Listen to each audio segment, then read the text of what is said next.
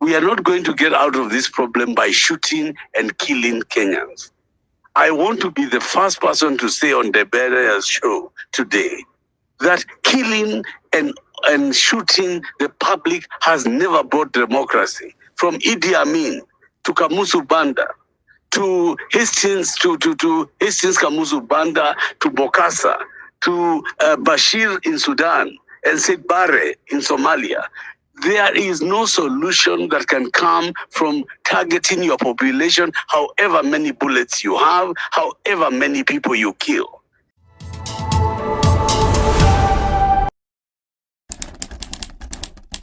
Yes, first of all, I want to say from the onset that the most important issue that we must decide today is to be, say what we mean and mean what we say through honesty.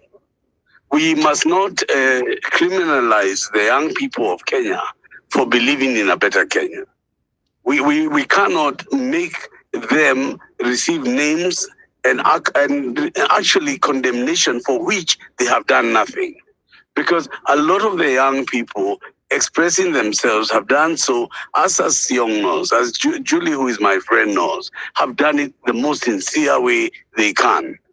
But because there has been political interference in protests, there has been an upload of violence. And that violence has been meted against young people unevenly, even though there has been some concern about criminal elements and how to contain them. What has happened is that the policy of the government has been, I better be feared than loved. That's a Machiavellian principle. Presidents around the world, right from Hitler, have decided the doctrine of fear against the doctrine of love. So I want to be on record that the young people of this nation on the 24th of June 2024 came out spontaneously and came out to the surprise of all of us, asking for a better Kenya. How that has been misused by all people from all political sides does not defeat the point that a government cannot criminalize the right of people to protest and then use state power to kill them.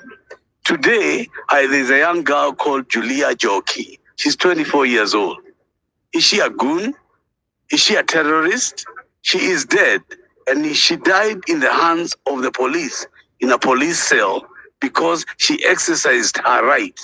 She is the daughter of Sasion's age of his daughter. How he can stand here and feel no pain surprises me.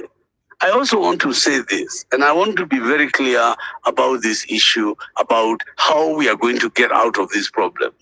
We are not going to get out of this problem by shooting and killing Kenyans. I want to be the first person to say on the Berea's show today that killing and shooting the public has never brought democracy. From Idi Amin to Kamuzu Banda to Hastings Hastings Kamuzu Banda to Bokassa to Bashir in Sudan and Sid Barre in Somalia.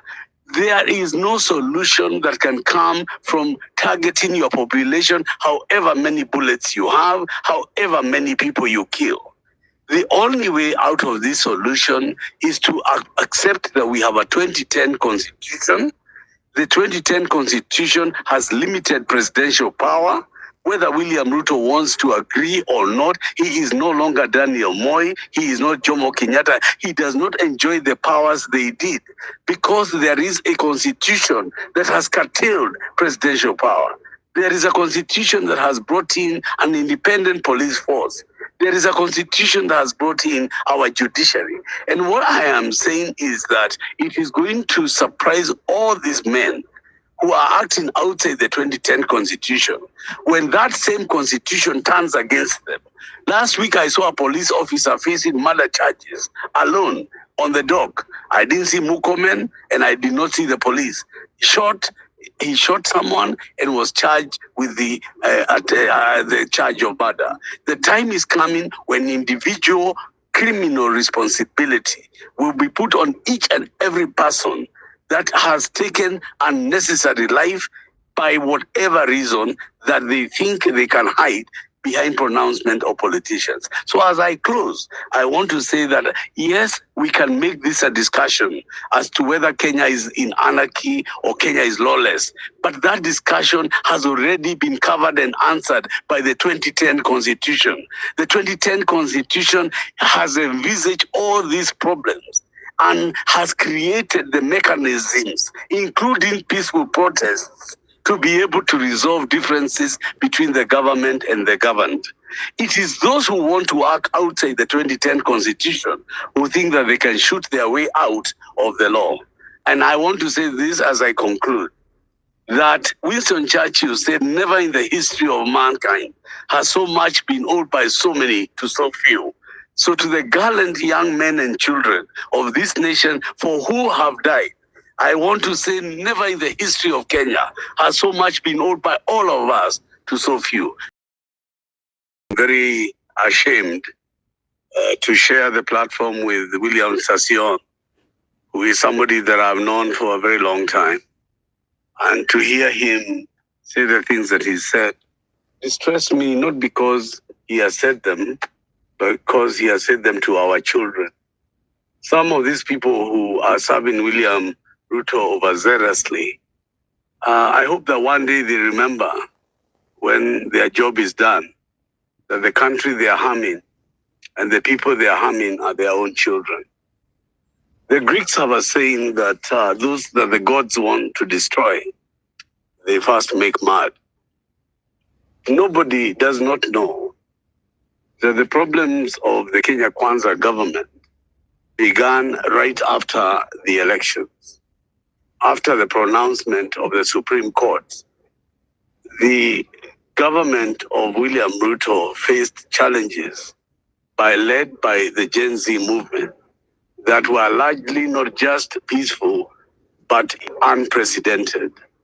So much so that William Ruto reshuffled his government, recalled the finance bill of 2024, and was looking for the young people to speak and discuss in order to start a conversation about what was going wrong.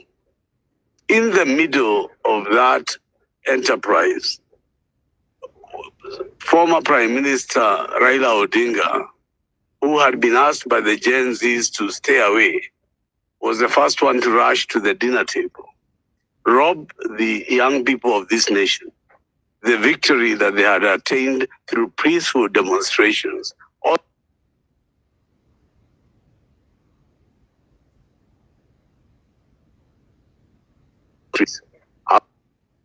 Apportioned himself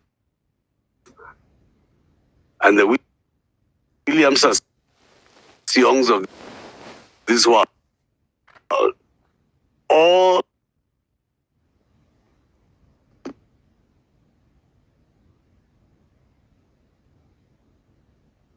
right. Tony Gachoka, seems also you're losing out as well. Tony Gachoka, can you hear me?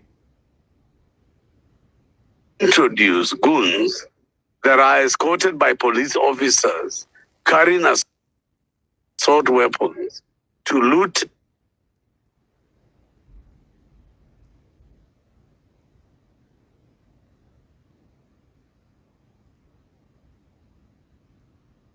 All right, the network is a bit unstable for Tony Gachoka, wherever he's joining us from.